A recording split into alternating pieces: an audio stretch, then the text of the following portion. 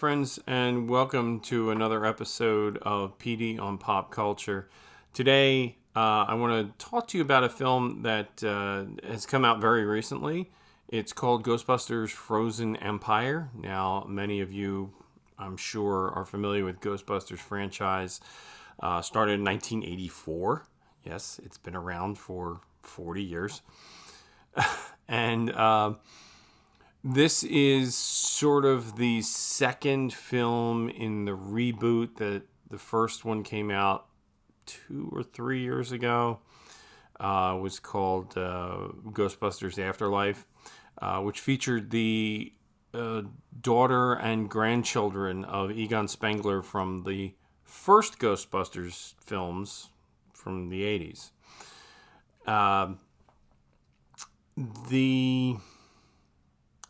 Let me start off with this.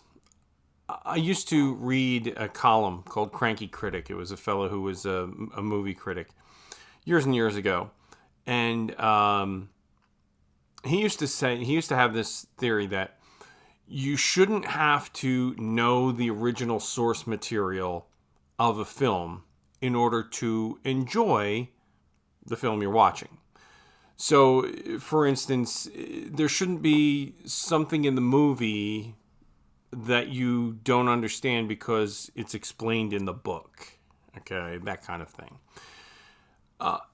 And unfortunately, if there's a downside to this Ghostbusters film, it is that there are a lot of these kind of in-jokes or old jokes or throwbacks or callbacks to the original Ghostbusters from '84 and to the first sequel, which I think was '87 or maybe, I don't remember.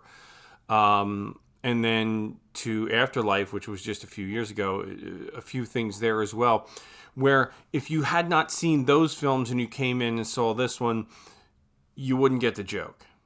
You wouldn't know what they were talking about. That's not great. It's not terrible. I mean, the film itself is decent. There's not really anything that's terribly objectionable in it.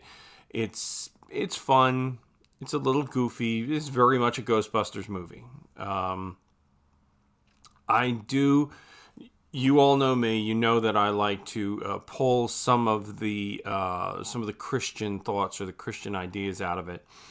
Of course, there's always this sense of spirituality, I think, with any film like this. If you're dealing with spirits, then something harkens back to the Holy Spirit or to the Spirit of God, which is, for this, as far as it goes. It's a comedy.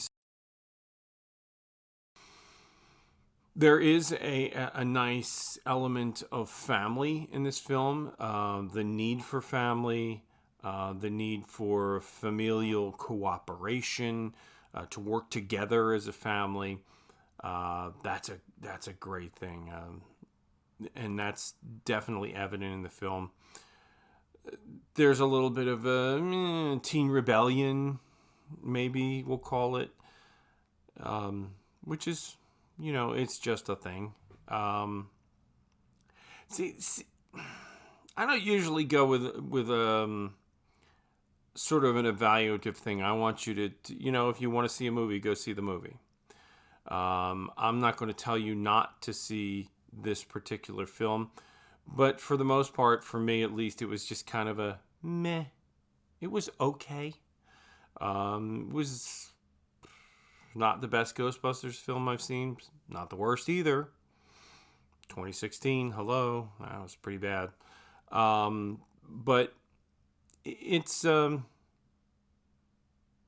worth it, I think, for if you are a fan of the originals.